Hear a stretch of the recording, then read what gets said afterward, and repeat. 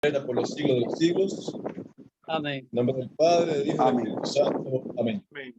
Entonces vamos, Fran Luis, tú arranca, apagamos todos los micrófonos. Fran Luis, tú lo puedes apagar ahí para que te sale.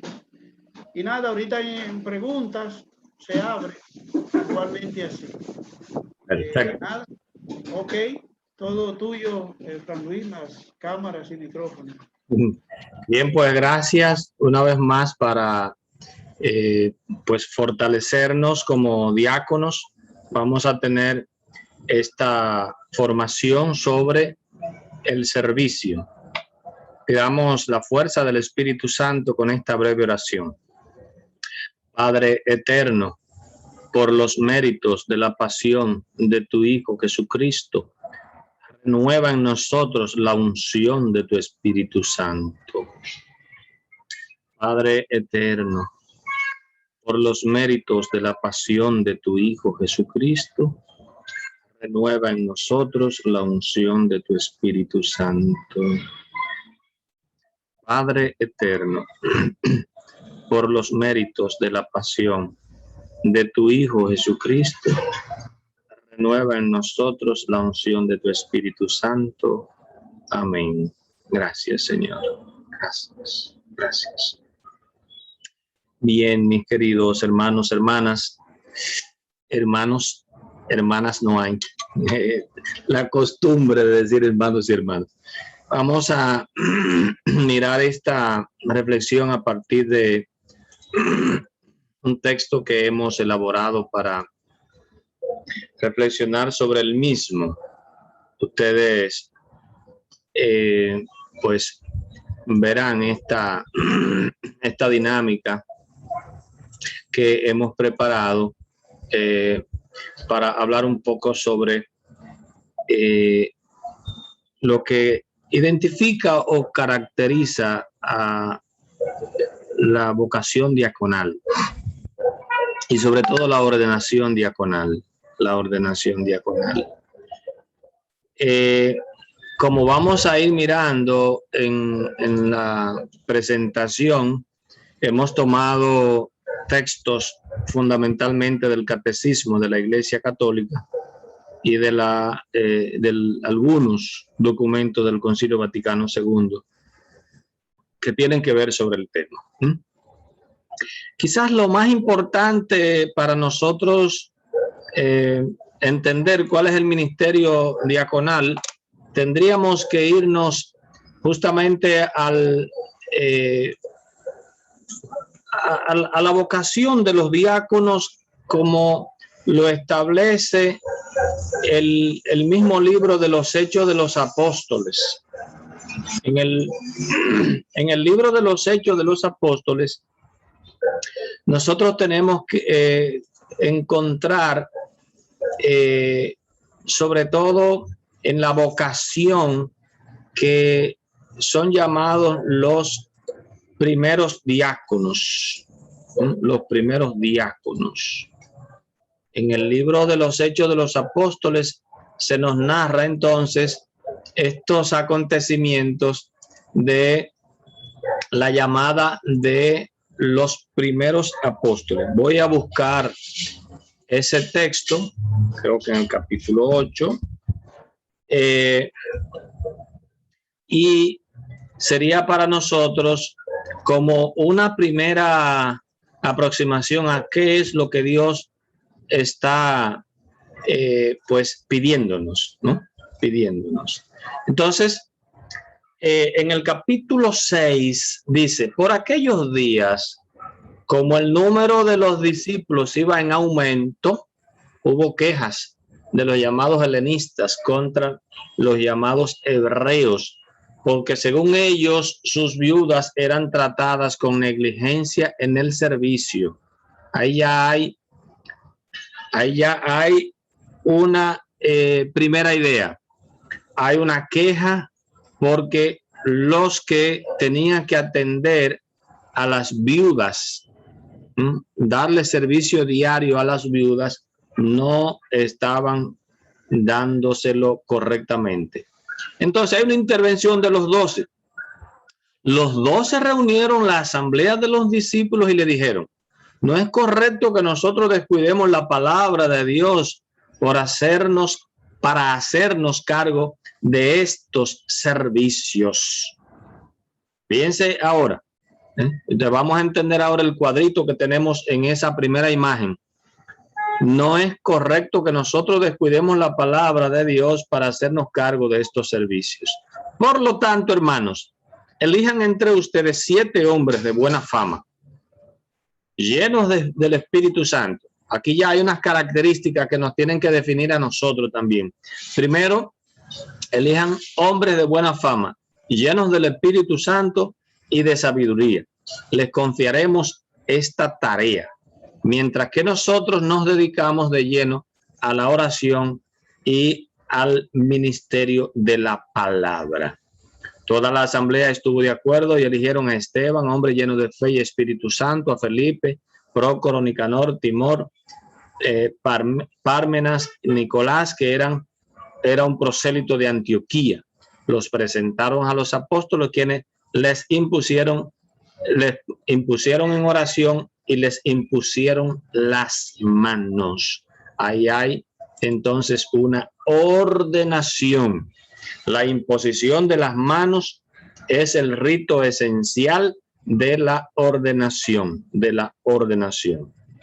¿ok? Entonces, ya en el mismo texto de la elección de los 7, hay claramente 2 servicios. El primer servicio que los apóstoles, los 12, dicen: nosotros tenemos que dedicarnos a esto. Nuestra función está clara: la palabra, la oración, etcétera, etcétera. Entonces, esa primera parte está clara. Y después, el nacimiento del diaconado. El nacimiento del diaconado como tal, entonces, está en función del servicio. Es servidor. Y por eso, fíjense, un elemento de este cuadrito que hemos puesto, lo que podríamos, el punto en común, claro está, el punto en común es la persona de Jesús. Eso tiene que estar claro, ¿ok? Es Jesús quien vincula estos 2 ministerios, ¿ok? O sea, la persona de Jesús, el ministerio de Jesús, la función del Cristo total, que es la iglesia, es la que de una u otra manera vincula estos 2 tipos de servicio. Ahora bien, este ejercicio está fundamentalmente dirigido al culto, en configuración con el Cristo total, in persona Christi. El obispo, el episcopo, el sacerdote, el presbítero, el cura o el párroco está en función de ejercer el culto sacerdotal, el sacerdocio de Cristo. Sacerdocio de Cristo. Jesucristo es sumo y eterno sacerdote. De manera que el obispo no tiene un sacerdote independiente, el sacerdote no tiene un sacerdocio independiente, sino que bebe, sino que se alimenta, sino que la fuente del sacerdocio del obispo, del episcopo, del presbítero, es el sacerdocio de Cristo. Por eso esta idea de que el ejercicio sacerdotal, el ministerio sacerdotal, la ordenación sacerdotal es para hacerla en la persona de Cristo. Por eso quien celebra la Eucaristía no es el ser humano, sino que Jesús asume a ese ser humano. Podríamos decir que Jesús vuelve a encarnarse. Jesús vuelve a encarnarse. Así como se encarnó en María, en el sacerdote, Jesús vive encarnándose para desde él entonces actuar él mismo. El diaconado, entonces, es un ministro ordenado. Ya lo hemos visto nosotros en la misma imposición de las manos. Cuando eligen a los 7, hay oración e imposición de manos. Es un ministro ordenado, ¿eh? O sea, hay la ordenación sobre él, pero su ministerio y su ordenación están en función de colaborar con los obispos. Y ya eso podríamos nosotros ir viéndolo en algunos números del Catecismo de la Iglesia Católica. El Catecismo de la Iglesia Católica en el 1554 dice: el ministerio eclesiástico instituido por Dios está ejercido en diversos órdenes que ya desde antiguo reciben los nombres de obispos,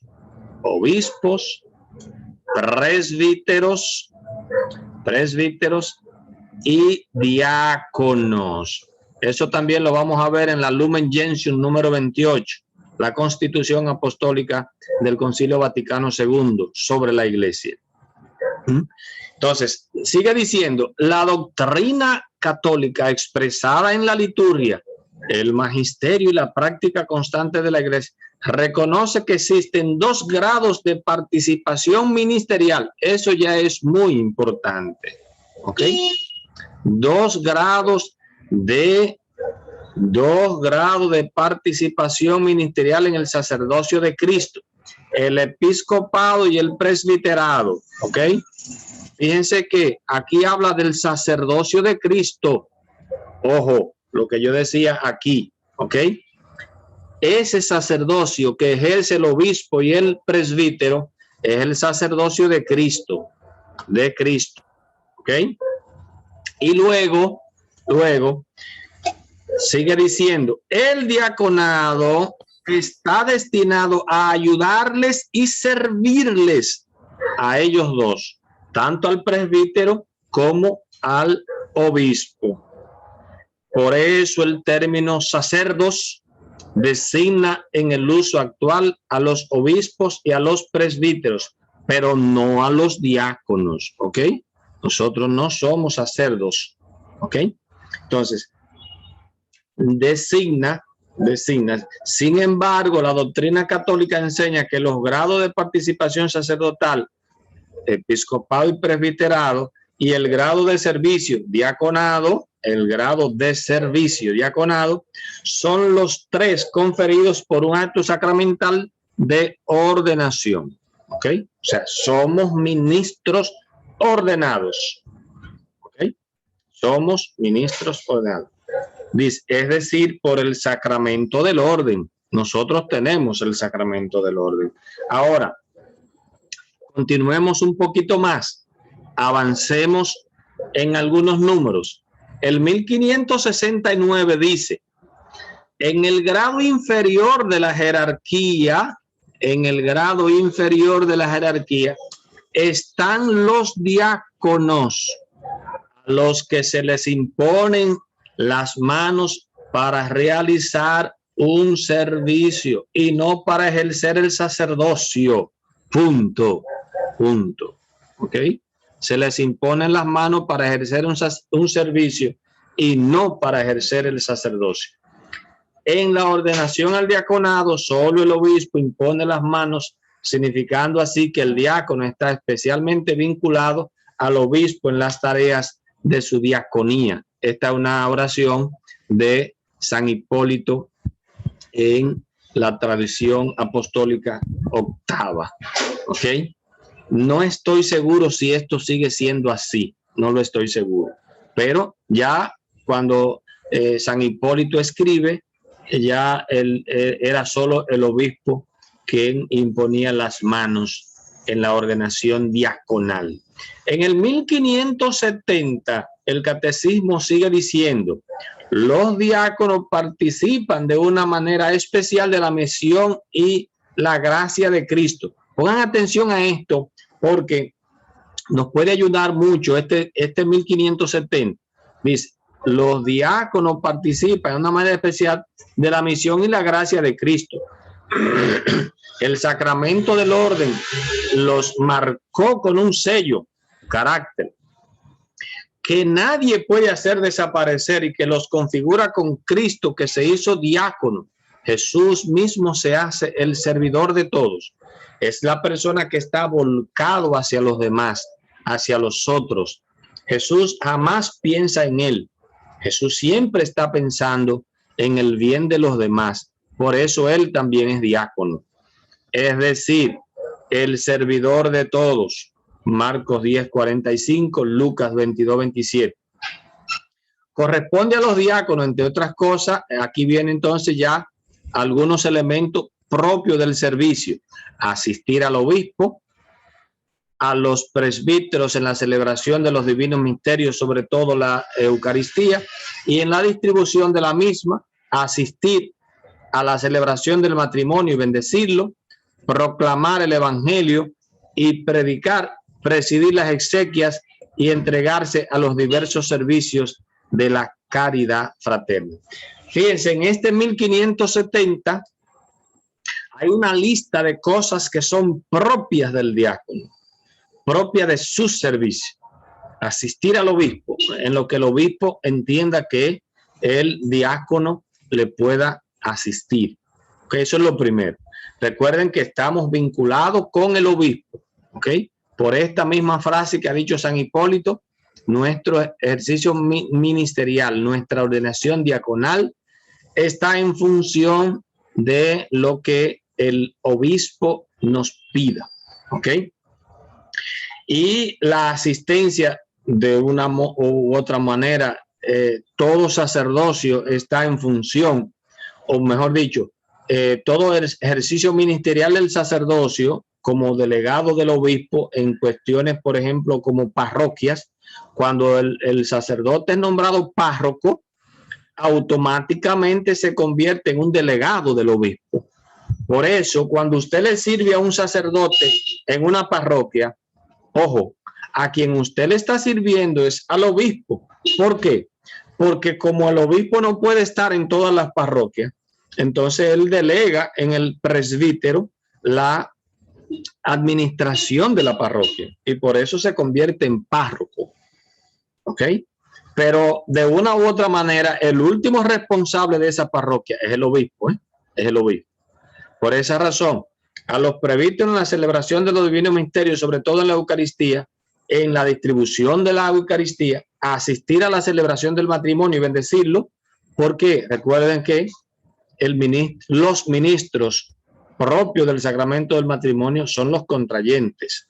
El que preside la celebración los bendice en nombre de la iglesia, pero no es porque él es el ministro de ese sacramento. Proclamar el evangelio y predicar, presidir las exequias de difunto y entregarse a los distintos servicios o a los diversos servicios de caridad. ¿Ok? Ahí están bien definidos los servicios a los que nosotros estamos propiamente llamados según el Catecismo de la Iglesia Católica 1570. En el 1588 dice, atención que esta parte también es muy importante, dice: en cuanto a los diáconos fortalecidos en efecto con la gracia del sacramento de la ordenación, en comunión con el obispo y sus presbíteros, estarán al servicio del pueblo de Dios en el ministerio de la liturgia, de la palabra y de la caridad. Tres cosas. Tres cosas. Entonces, esas tres cosas están bien claras. En el ministerio de la liturgia, sobre todo en los sacramentos, en la palabra, o sea, el evangelio, la lectura y la proclamación del evangelio, y en la caridad fraterna. ¿Ok? Caridad fraterna. Luego dice el 1596, dice: Los diáconos son ministros ordenados para las tareas de servicio de la iglesia. No reciben el sacerdocio ministerial. Ojo, no podemos pretender eso. Pero la ordenación les confiere funciones importantes en el ministerio de la palabra. Vuelve a mencionar aquí el ministerio de la palabra. Del culto divino, del gobierno pastoral, o sea, nos involucramos en el gobierno de la parroquia, y del servicio de la caridad, tareas que deben cumplir bajo la autoridad pastoral de su obispo, ¿ok? Eso está más que claro. Veamos ahora alguna otra dimensión. Vamos a ver algunos textos sobre el diaconado en el Concilio Vaticano II. En el libro de Adyentes, en el decreto de Adyentes, que trata sobre la evangelización, sobre la misión de la iglesia, el mandato en el número 16, de ahí entonces comienza a partir del Vaticano II, 1965. A partir de este mandato es que se restablece el diaconado permanente. Dice: restáurese el orden del diaconado como estado permanente de vida según las normas de la Constitución de Eclesia. De Eclesia es también una constitución apostólica que más adelante va a completarse con la Lumen Gentium, ¿okay? La luz de los pueblos, donde lo cree oportuno las conferencias episcopales, pues parece bien que aquellos hombres que desempeñan un ministerio verdaderamente diaconal o que predican la palabra divina como catequistas, o que dirigen en nombre del párroco y del obispo comunidades cristianas distantes y que practican la caridad en obras sociales y caritativas, sean fortalecidos y unidos más estrechamente al servicio del altar por la imposición de las manos transmitida ya desde los apóstoles, para que cumplan más eficazmente su ministerio por la gracia sacramental del diaconado. Es importante observar que las primeras conferencias episcopales que pusieron en marcha este mandato, la primera fue Alemania y, sorpréndanse, la segunda fue la Conferencia de la República Dominicana. Muy pronto después del Concilio Vaticano II, en Santiago, un obispo que murió, Monseñor Roque Adame, inició esta decisión de la iglesia, ordenando diáconos permanentes en la diócesis de Santiago. Esa experiencia, luego del Concilio Vaticano II, pues se renovó inmediatamente. Alemania, que tiene una gran cultura religiosa, y la República Dominicana fueron los dos principales países que iniciaron la renovación del diaconado. Bien, la Lumen Gentium, el número 29, ya la Lumen Gentium es sobre la función de santificar de la iglesia. Ojo, esta Lumen Gentium es una constitución sobre la iglesia, sobre el papel que juega la iglesia en el mundo, ¿ok? Por eso el número 29 dice: en el grado inferior de la jerarquía están los diáconos, que reciben la imposición de manos no en orden al sacerdocio, sino en orden al ministerio, así confortados con la gracia sacramental en comunión con el obispo y su presbítero. Sigue diciendo el documento, dice: sirven al pueblo de Dios en el ministerio de la liturgia, de la palabra y de la caridad.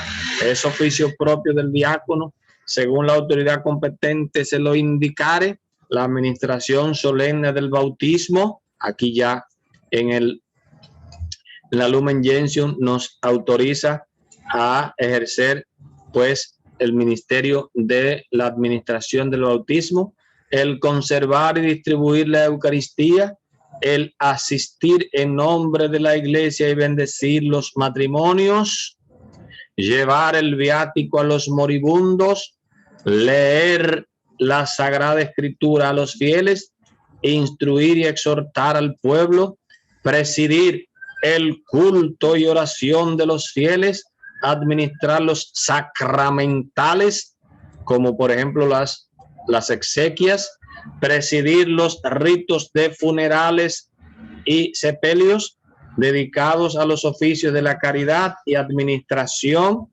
Recuerden los diáconos el aviso de San Policarpo que dice: misericordiosos, diligentes, procedan en su conducta conforme a la verdad del Señor, que se hizo servidor de todos. Fíjense que Lumen Gentium es el documento del Concilio Vaticano II que va a poner como la lista más amplia de los servicios del diaconado: la administración solemne del bautismo, el conservar y distribuir la Eucaristía, el asistir en nombre de la iglesia y bendecir los matrimonios, llevar el viático a los moribundos, leer la Sagrada Escritura a los fieles, instruir y exhortar al pueblo, presidir el culto y la oración de los fieles, administrar los sacramentales, presidir los ritos de funerales y sepelios dedicados a los oficios de caridad y administración. Y recuerden ese mandato. Y sigue diciendo la Lumen Gentium, esta es una continuación de este número. Dice, ya con esto vamos a ir terminando: teniendo en cuenta que, según la disciplina actualmente vigente en la Iglesia Latina, ¿por qué? Porque hay una iglesia oriental, distinta. En muchas regiones no hay quien fácilmente desempeñe estas funciones tan necesarias para que la vida de la iglesia se podrá restablecer en adelante el diaconado como grado propio y permanente de la jerarquía. Su mandato de la Lumen Gentium. En ese momento no habían diácono permanente y entonces la Lumen Gentium propone que se reactive en la iglesia latina, la iglesia que está dirigida por el latín, entonces que se haga esta renovación. Tocará a las distintas conferencias episcopales el decidir oportuno para la atención de los fieles y en dónde el establecer estos diáconos. Las conferencias episcopales, repito, las dos primeras conferencias episcopales que hicieron caso a eso fueron la de Alemania y la de la República Dominicana. Con el consentimiento del romano pontífice, este diaconado se podrá conferir a hombres de edad madura. Aunque estén casados, o también a jóvenes idóneos, pero para estos deben mantenerse firmes en la ley del celibato. Ya si son jóvenes, pasarán a otro trato. El celibato, ya cuando no son casados, o la fidelidad matrimonial para nosotros los que somos casados. Termino la reflexión con un famoso decreto también del Concilio Vaticano II, el decreto Christus Dominus, que dice: en el ejercicio de su deber de santificar, atención a esto porque es bien importante, dice, en el ejercicio, voy a cambiar el color del lápiz porque aquí me puede ayudar más el rojo, ¿okay? En el ejercicio del deber de santificar, recuerden los obispos que han sido tomados de entre los hombres, constituidos para los hombres en las cosas que se refieren a Dios, para ofrecer los dones y sacrificios por los pecados. Pues los obispos gozan de plenitud del sacramento. Atención ahí, los obispos gozan de la plenitud del sacramento del orden y de ellos dependen en el ejercicio de su potestad los presbíteros, ¿ok? Los presbíteros están en función del ministerio de los obispos, que por cierto también ellos han sido consagrados sacerdotes del Nuevo Testamento para ser róvidos, cooperadores del orden episcopal. El sacerdote está en función de cooperar con el orden episcopal. Y los diáconos que ordenados para el ministerio sirven al pueblo de Dios en unión con el obispo y su presbítero. ¿Ok? El diácono entonces entra en esta función de santificar sirviendo. Esto así rápidamente es lo que nosotros tenemos que pues seguir, podríamos decir así, tomando como eje central que nosotros estamos también aquí en el altar con el Señor. Los 3 grados del sacerdocio dependen del mismo Cristo, que se entrega, que sirve, que santifica, que ordena. Pero todos nosotros tenemos que tener bien claro cuál es nuestro papel, que nuestro papel no necesariamente siempre tenemos que tener pendiente que es en función del ministerio del servicio. El sacerdote, el presbítero, el episcopo, el obispo están siempre en atención al ejercicio sacerdotal de Cristo. Por eso es que nosotros, por ejemplo, no podemos consagrar la Eucaristía, no podemos confesar, no podemos hacer la extrema unción, no podemos ordenar sacerdote, etcétera, etcétera. ¿Ok? Porque esos sacramentos están vinculados al ejercicio sacerdotal de Cristo. Solo dos sacramentos están de una u otra manera vinculados a los 3 grados del sacerdocio: el bautismo y el matrimonio. Bien, dejamos entonces abierta la posibilidad de alguna pregunta, si he creado alguna duda. Voy a enviar esta presentación también al chat, y la llamada también la estamos grabando para que los demás que no pudieron participar pues tengan oportunidad de escucharla. Hermano Frank. Ok. Sí, hermano Frank, yo le pido a mis padres que le siga dando vida y salud a usted. Usted es un profesor para nosotros. Y de usted vamos a aprender mucho. Y hay algunas cosas que se pueden ir olvidando, pero vamos recordando. Así que yo creo que felicidades. Queremos verlo todo el tiempo ahí con nosotros. Que Dios le bendiga. Y Amén. algo muy bueno en mi mente de diaconar. Así que Dios le bendiga. Amén. Gracias, hermano. Gracias.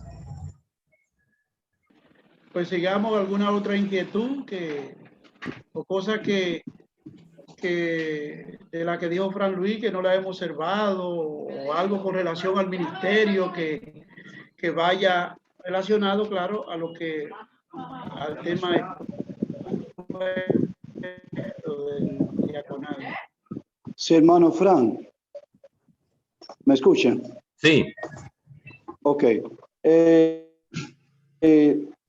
En una ocasión, en el Jueves Santo, mi párroco en aquellos tiempos, no el mismo de ahora, cuando felicitaron al sacerdote, él mencionó también, pero feliciten al diácono, porque hoy también es el día del diácono, es decir, porque participa del grado sacerdotal. Entonces, lo que usted dice está muy claro. Al parecer, no sé si él se confundió. Participamos sí del orden, pero no del sacerdocio. Eso es lo que yo entiendo. Así es. Es correcto. Incluso creo, bueno, creo que una vez también, creo que el obispo hizo mención, no sé qué obispo fue, hizo mención también de esto mismo, como que felicitó también a los diáconos, no me acuerdo qué obispo fue, en bueno, creo que fue Nicolás, o creo que fue cuando Nicolás, el cardenal, creo que fue él, sí que felicitó, como que no fue felicitó, sino como que lo mencionó en ese mismo orden, en ese mismo tenor, en el día del sacerdocio, de la institución del sacerdocio, que es el Jueves Santo. Mira, Okay. sí, no, lo correcto es que el Jueves Santo, la institución del ministerio sacerdotal, no corresponde a la ordenación diaconal. El sacerdocio, porque si fuera así, entonces también hubiera que felicitar a todos los bautizados. Tú sabes que los bautizados todos ejercen el sacerdocio común. Todo bautizado es profeta, sacerdote y rey. ¿Ok? Así es. Entonces, Así es. El diaconado tenemos, bueno, ya lo hemos visto en todos estos textos, el diaconado entra dentro del tercer grado de los ordenados. Una cosa es ordenados presbítero, ordenado episcopo y ordenado diácono. ¿Ok?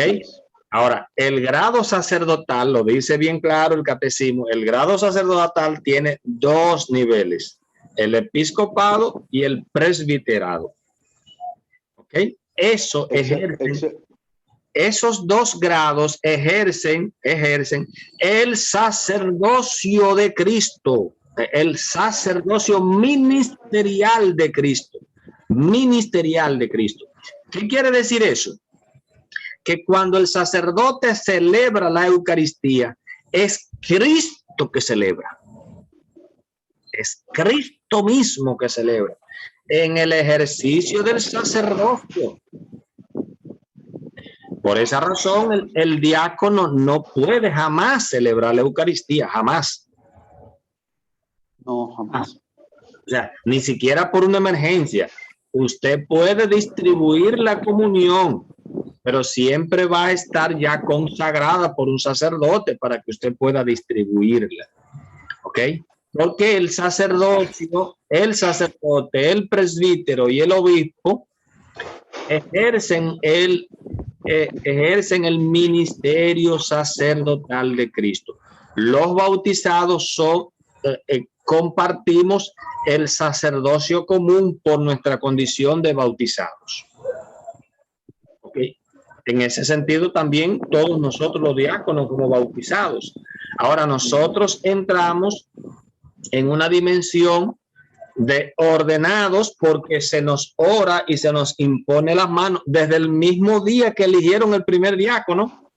En el libro de los Hechos de los Apóstoles, los apóstoles oraron y le impusieron las manos. Eso significa ordenado. El sacramento del orden, el elemento visible, el elemento esencial es la imposición de la mano y la oración de ordenación. Sacramento del orden. Ahora, el ejercicio ministerial del sacerdocio es otra cosa. Entonces, el Jueves Santo se renueva. Escucha, y tú tienes razón en decir, el Jueves Santo se renueva el ejercicio ministerial del sacerdocio de Cristo, por el cual Jesucristo instituye la Eucaristía y se la donó a los sacerdotes para que ellos continuaran haciendo eso en memoria suya. ¿Me entiendes? En memoria suya. El sacerdote, incluso léete el capítulo 11 de la carta a los Corintios. el mismo San Pablo dice, a mí me han entregado una tradición y yo a su vez se la doy a ustedes. ¿Cuál? Que en la última cena el Señor instituyó esto, tomó pan y dijo, este es mi cuerpo. Luego tomó vino y este es mi sangre. Y dijo, hagan esto en memoria mía. La institución de la Eucaristía está entonces vinculada al ejercicio ministerial del sacerdocio de Cristo. Muy buena observación, José Ramón, para que nunca nos dejemos confundir. Si hay un sacerdote que sin ánimo de dañar, a lo mejor él quería hacerte quedar bien, pero no está bien. Exacto, se confundió, le pasó de confusión. Exacto, sí. Gracias, excelente, Fran Luis, muy lindo. Muy linda explicación, muy bueno. Muy bien. Muy buen tema. Bueno, hay más tiempo para otra pregunta, otras inquietudes que pudieran haber.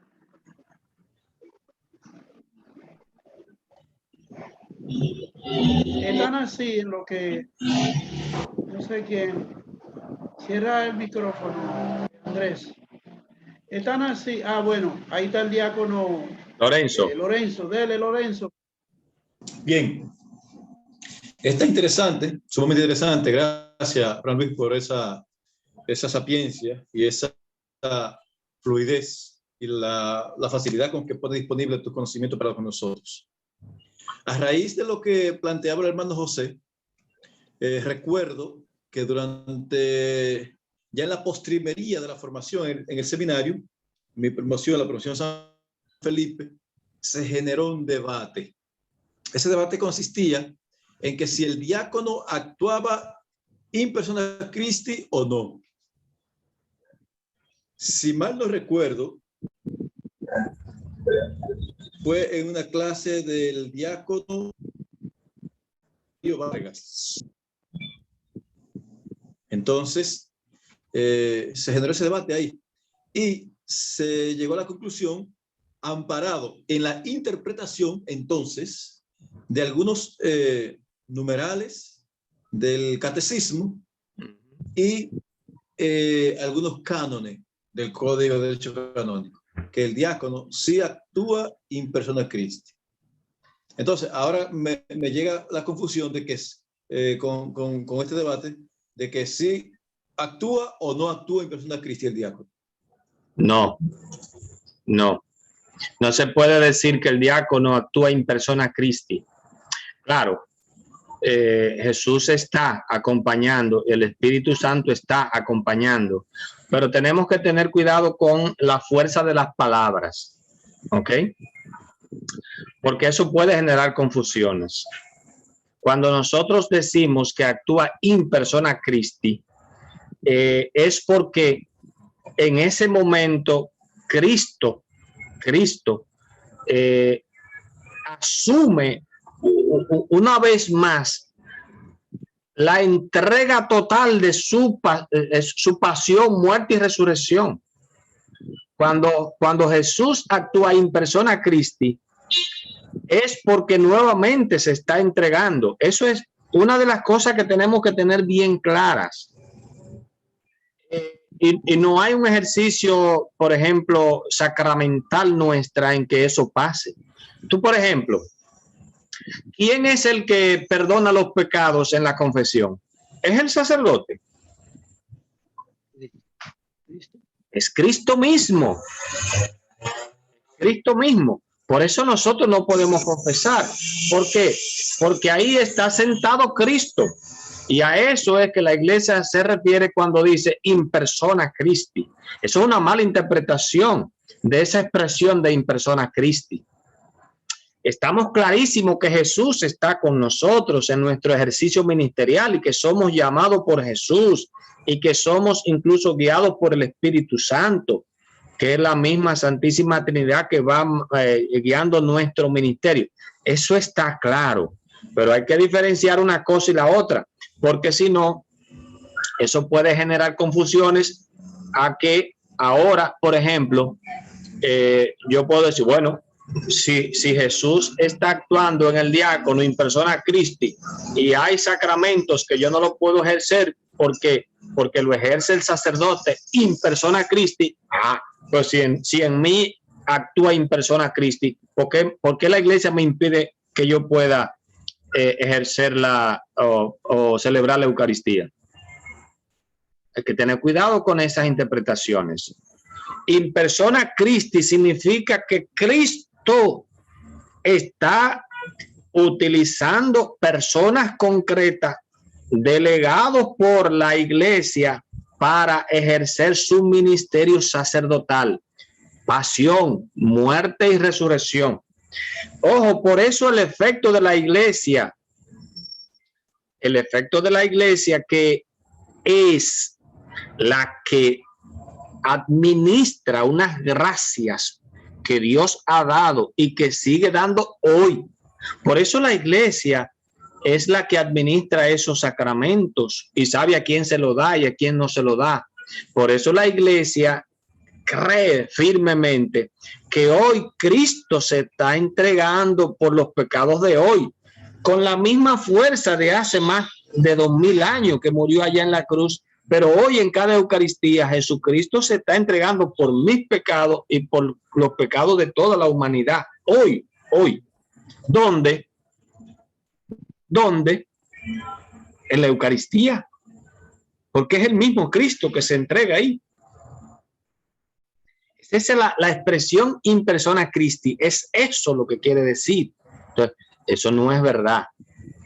No es verdad que el diácono no actúa in persona Christi. El diácono está siempre asistido por Cristo mismo, que lo llama. Sí, pero actuar in persona Christi es otra cosa.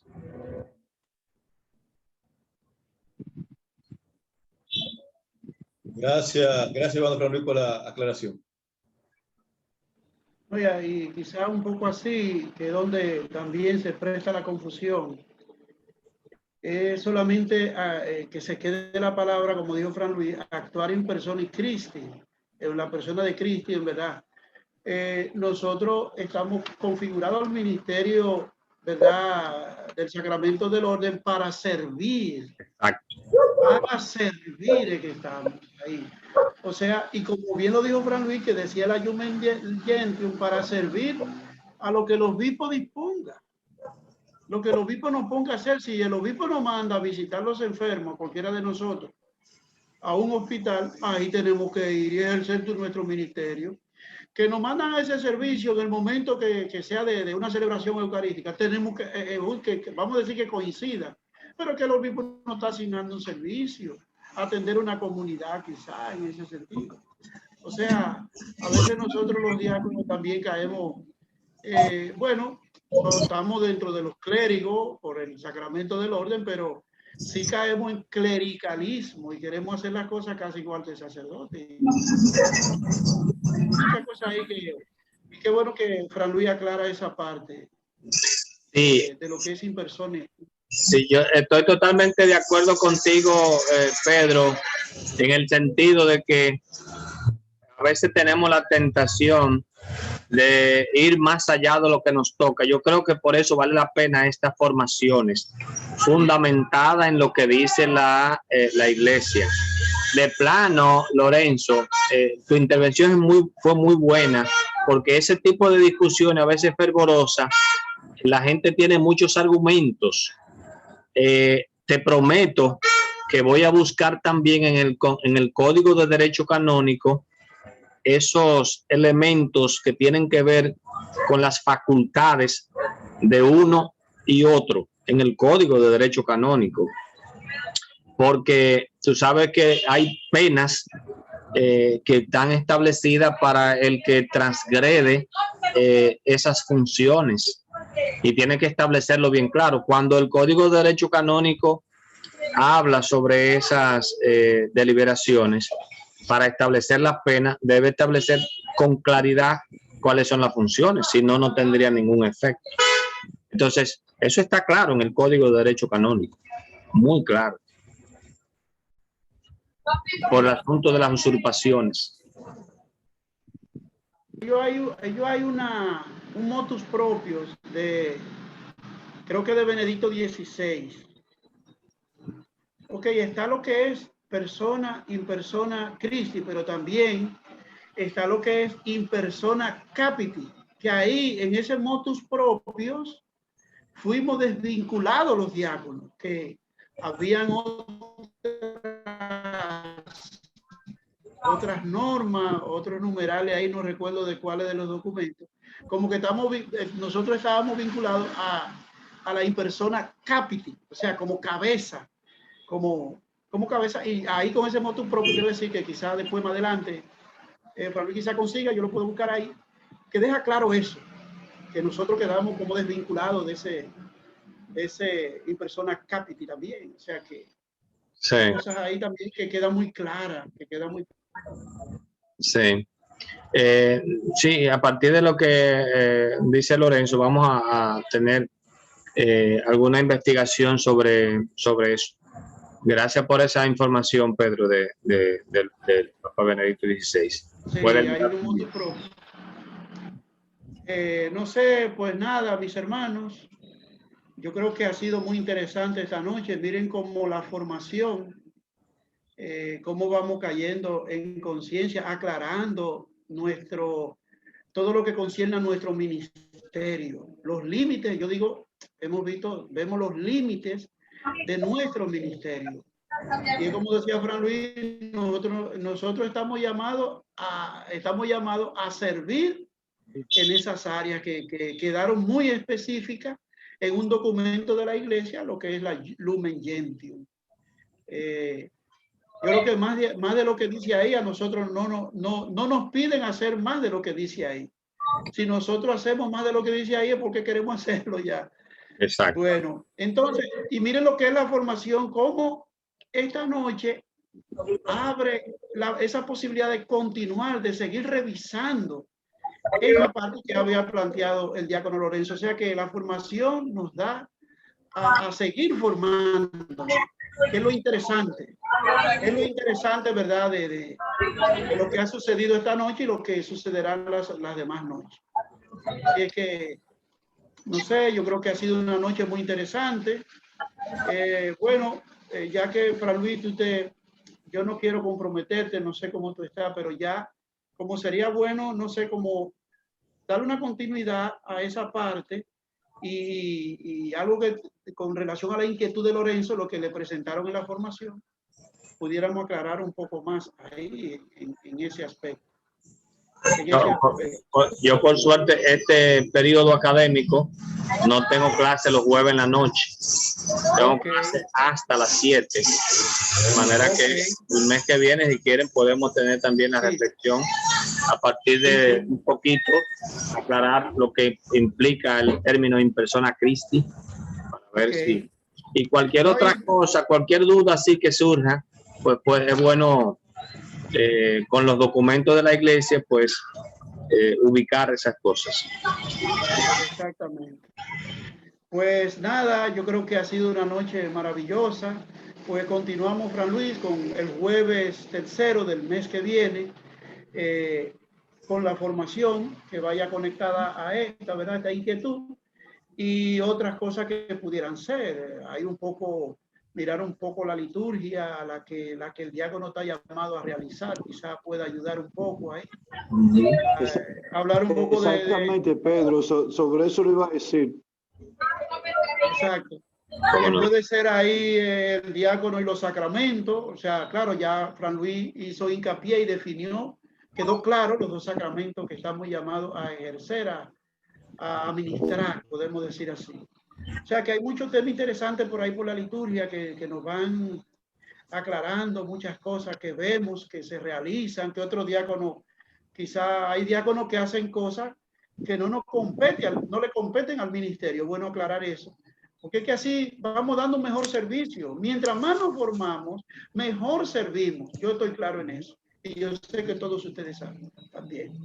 Así es que por esta vamos a terminar. Yo quiero pedirle a un hermano que... Pedro, el próximo jueves 3 sería el 17 de junio. Exactamente. El 17 de junio nos vemos. Nos vemos a las 8 de la noche. Dios mediante. Entonces vamos a ver qué otro diácono aquí pudiera ayudarnos con la oración. Yo quiero ahora, vamos a pedirle a Francisco Sosa, es un diácono que casi uno de los últimos diáconos. Francisco Sosa, abra su micrófono, por favor, y haga la oración final. Y con eso nos despedimos y hasta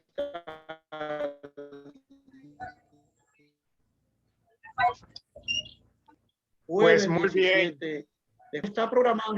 Espérate, Francisco, dame un segundo, que tenía un aviso. El 18 y 19 de julio, o sea, va a ser ahí pegado, jueves 17 de formación, viernes 18 y sábado 19. Por el momento, tenemos programado el retiro con las esposas. Ustedes saben que Monseñor Osoria, dentro de su visión, ¿verdad?, para la arquidiócesis,